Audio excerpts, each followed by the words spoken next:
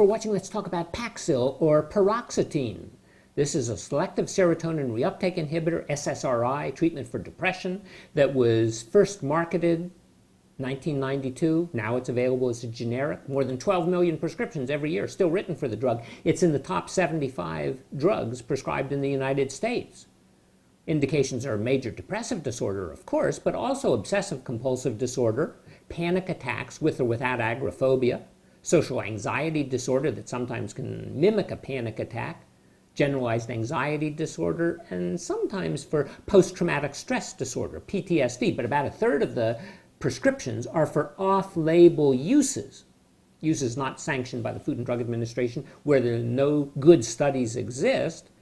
These would include neuropathic pain, diabetic peripheral neuropathy, pain in general, prevention of migraine headaches, prevention of fainting attacks, or fibromyalgia, or even insomnia. It also is used to treat premature ejaculation and sometimes for hot flashes in menopausal women. What carries a black box, and the black box suggests an increased incidence of suicidal thinking or behavior in children and adolescents and young adults, typically till about age 24. Comes in a variety of strengths, 10, 20, 30, 40 milligrams, even comes in a suspension.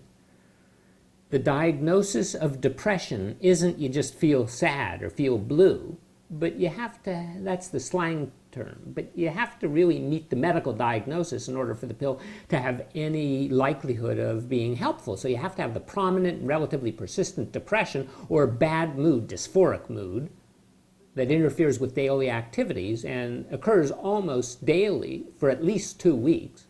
And you have to have other symptoms as well. You have to have at least 4 other kinds of symptoms. They could include a loss of interest in usual activities that you find pleasurable, a decrease in your sex drive, a change in your appetite, increase or decrease, change in your sleep, increase, decrease, your pattern of activities. You could be agitated or retarded. You could have increased fatigue or a feeling of worthlessness or guilt. Some people have slowed thinking, impaired concentration, and some people think about suicide. Same thing with panic. You have to make the medical diagnosis. You can't just say, I feel panic. But you have to have not only the intense fear or discomfort, but you have to have other symptoms as well, these 4 other symptoms, and they have to come on abruptly, and they have to peak in less than 20 minutes. This could be palpitation or racing heart, sweating or trembling or shaking, maybe a sensation of shortness of breath or smothering or feeling like you're choking, or chest pain or discomfort, nausea, vomiting, or abdominal distress, or feeling dizzy, unstable, feeling lightheaded, feeling like you might pass out, fear of losing control, fear of dying, numbness and tingling of your arms, your feet. Sometimes people have chills or hot flashes.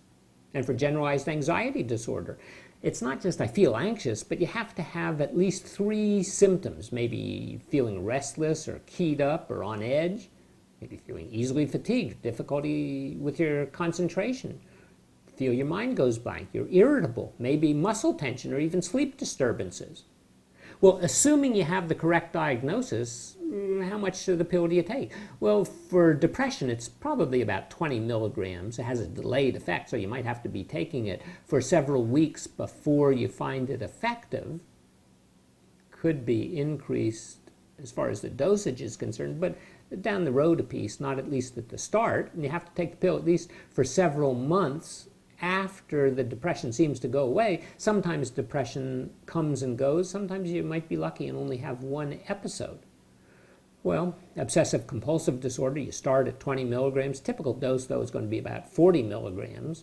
If you have panic, you start at 10 milligrams, can go up to 40 milligrams. Social anxiety disorder, generalized anxiety disorder, or post-traumatic stress, you typically begin at 20, and there's no evidence that a higher dose is going to do any better. Now, side effects are very common with Paxil.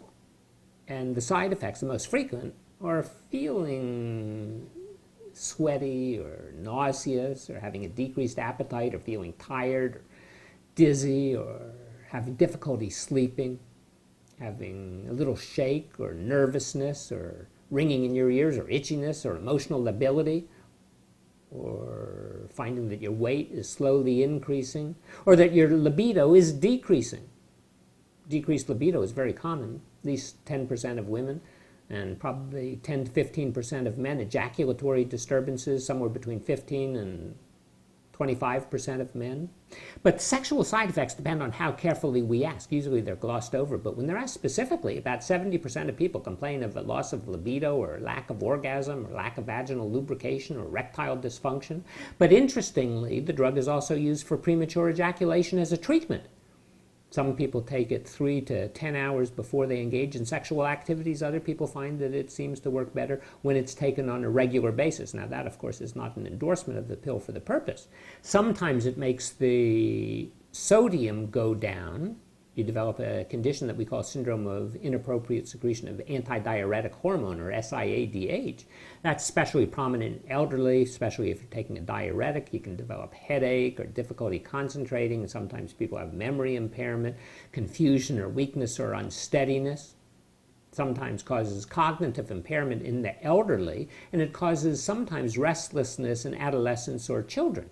Can cause abnormal bleeding because serotonin is not just involved in the nervous system, but it's also involved in the platelets. Those are the little things floating around in the blood that cause the clot. Well, if you happen to combine this medicine like Paxil with aspirin or a nonsteroidal anti-inflammatory, ibuprofen, naproxen, you take it with warfarin, you take it with Eliquis, you might find that your blood doesn't coagulate. People who take the drug are at potentially increased risk of seizures, especially if you're taking a medicine that causes you to have a lower threshold for seizures. Can cause some people to have that sensation of restlessness where they can't seem to sit still. You can't combine the drug with an MAO inhibitor. Can't combine it with pimozide or thyroidazine. If you happen to be a woman and you have a history of breast cancer and you're taking tamoxifen or Nolvadex, well, this can decrease the effect of that medicine as a preventive for breast cancer. And if you happen to have a background of bipolar disorder, Paxil is not for you. So you have to be screened. Depression might come on by itself, but it might actually be in the family of the manic depressive disorder, and we now call it bipolar disorder. So we want to know what happened in your family. What kind of family history do you have? Psychiatric disease? Is there suicide in your family? Is there depression? Is there mania in your family? And with suicide, we'd like to watch out for a change in behavior. So if people become agitated all of a sudden, or irritable, or express unusual changes in their behavior, or seem to become more anxious or hostile or impulsive, people become manic, that's a sign they need very close observation. And if you take the medicine, the Paxil, and you take it with anything else that can modify the serotonin in your system, you might end up with serotonin syndrome. And that can be pretty bad and pretty scary. So if you take the Paxil and you combine it with a headache medicine like Imitrex, or a tricyclic antidepressant like amitriptyline, you take it with fentanyl or lithium or tramadol or tryptophan, or even St. John's wort or an MAO inhibitor, you might end up with a serotonin syndrome where you suffer from agitation or hallucinations or delusions, autonomic nervous system instability, your blood pressure goes up and down, you start sweating, you get dizzy, feel flushed, have tremors, your muscles become rigid, you have difficulty with coordination, maybe have a seizure, have nausea or vomiting. That might be the serotonin syndrome. And there's an interesting side show to the whole story, and it began in the 1990s in mice. So when they were studied, it was found that mice given Paxil, paroxetine, actually developed an increased incidence of mammary gland tumors, breast cancer. And it was thought that the medicine might cause breast cancer or be associated with breast cancer because it affects a drug metabolizing enzyme known as 2D6. So in 1999, they did a study at Boston University. They studied about 5,800 women. They just looked at them for a very short period of time, and they said there's no overall association. But in the year 2000, the Canadian epidemiologic study found a 720% increase in the incidence of breast cancer in women who took Paxil for a period of about 4 years, and they thought it had something to do with the inhibition of that enzyme, the 2D6, and maybe some extra prolactin that the pituitary was secreting, and maybe it had to do with a decreased ability to detoxify some carcinogens because the 2D6 wasn't active. They reanalyzed the data years later, and they found, yeah, there is an increase. It wasn't quite 720%. Then they did a study at Harvard. They looked at 38,000 women and a relatively similar number. Some received antidepressants, others didn't. They didn't find any increase in the incidence. So where do we stand right now as far as breast cancer is concerned?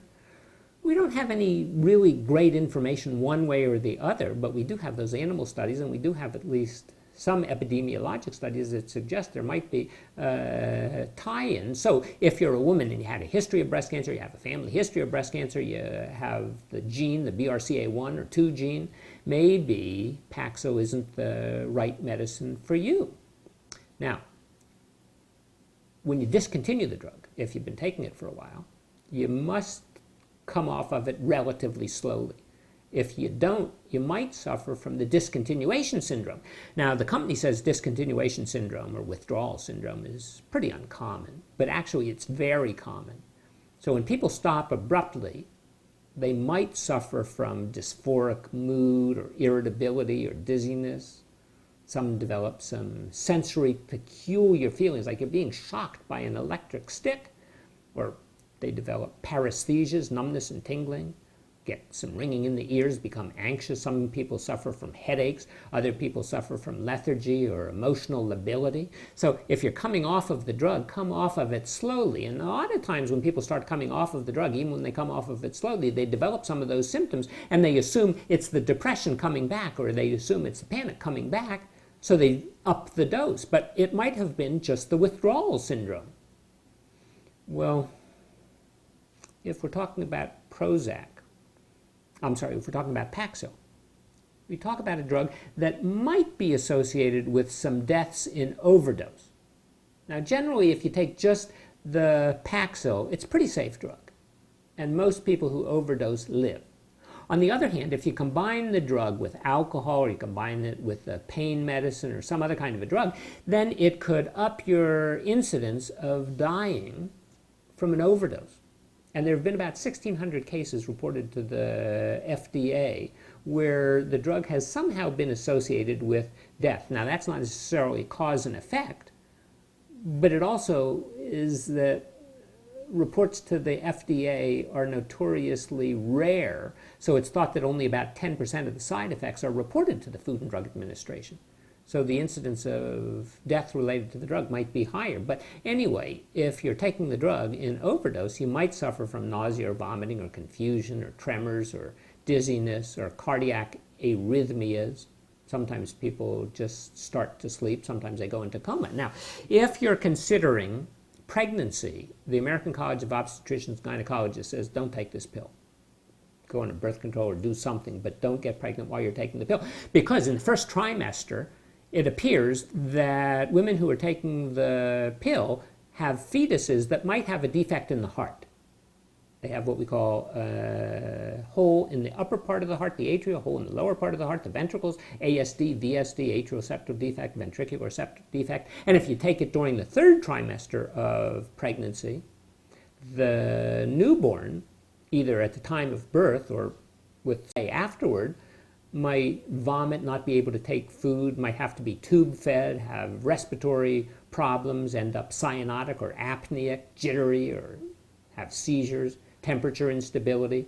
Muscles can become flaccid, or they can become hypertonic.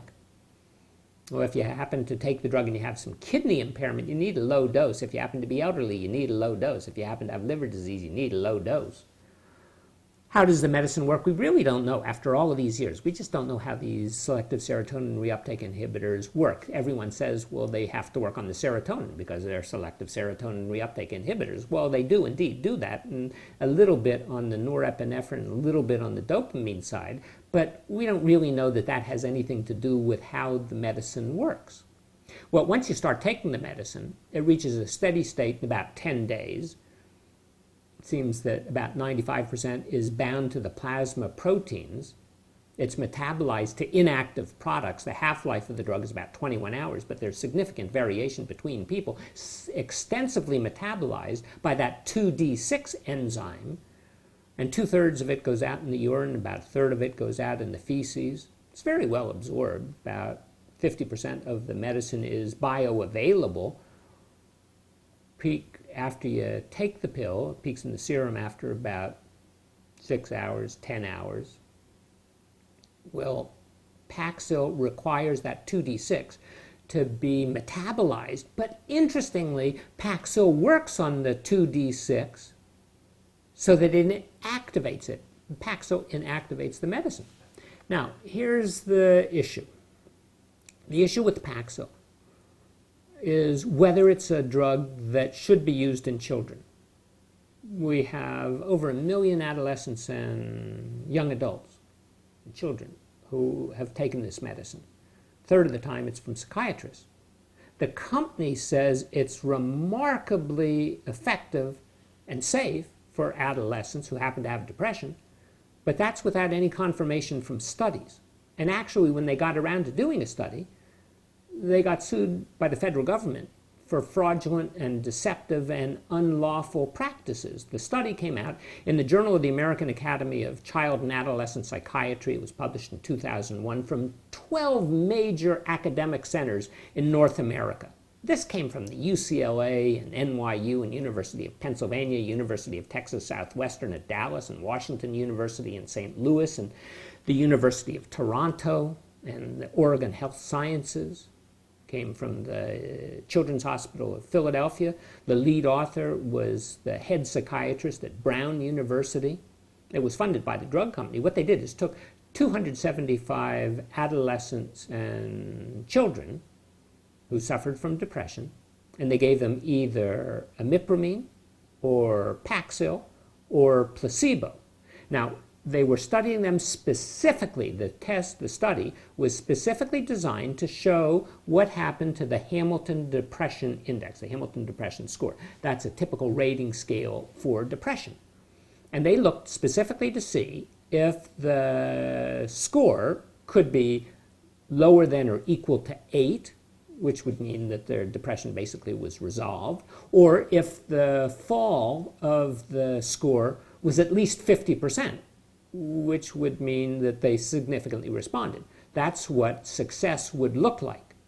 Well, the report was that the drug was very successful. And the paper showed that there was no question. It was successful. It's generally well tolerated. It was effective for major depression in adolescents.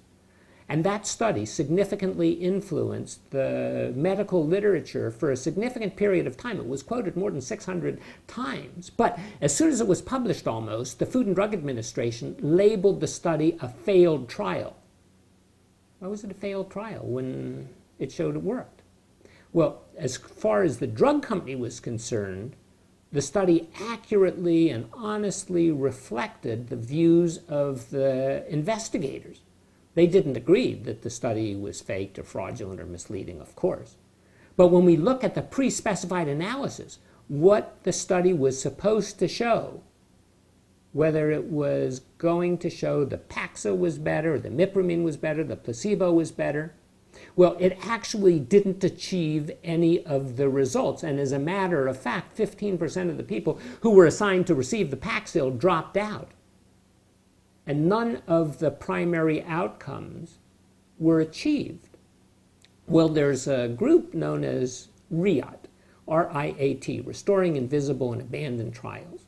And they published an article in the British Medical Journal in 2015. And it showed that the people receiving the Paxil suffered from 11 serious side effects. And remember, there were only about 90 people taking the Paxil. And these people suffered from depression and suicidality and hostility and euphoria. And actually, what they found was that the Paxil was not any good in depression in adolescents. And they had a 6-month continuation phase. And they actually showed during that time period, well, the placebo might have been a smidgen better, not statistically different, but maybe it was a little bit better. And on tapering, afterward, they found that there were a significant number of more side effects in the group that had received the Paxil compared to the group that had received the placebo. And as a matter of fact, there was some suicidality. So the continuation phase showed that actually taking the Paxil might have been worse. Well, at the time, there was a Yale University professor who was the editor-in-chief of the American Academy, that journal. And he's been under pressure for a long time, was under pressure, to retract the article, but they didn't take any action. And maybe part of the reason is that the American Academy of Child and Adolescent Psychiatry receives a significant amount of money, like $500,000 to $1 million a year from the industry. 5 to 20% of the revenue comes from industry. So we have this study 329. It's sort of famous in medicine. It has not been corrected. It has not been retracted. There's no apology. There's no comment. A reanalysis of the data shows that Paxil is neither safe nor effective in adolescents. But GSK said it was remarkably effective. Well, let's see what the Department of Justice says. Actually, the Department of Justice in 2012 sued the company and settled for $3 billion for them withholding data and unlawfully promoting the use of the drug in children who were under age 18. Nobody has apologized for this particular article. There have been a lot of other lawsuits as well here in the United States, even in the United Kingdom. GSK happens to be based in the United Kingdom. They had a record fine in the United Kingdom. So how effective is the drug? Is the drug really good for depression? Is it really good for obsessive compulsive disorder? Is it really good for panic attacks? You know, there's a question about all of that. It seems that there's sort of a race between the placebo and the Paxil when the studies are done, so that if the drug is effective, it's just a little more effective for most people who suffer from mild to moderate depression. So when you go to see the doctor and the doctor suggests that you take an antidepressant, take Paxil, you might want to say that, well, you want a second opinion. Anyway, thanks for watching. I'm Dr. Ken Landau.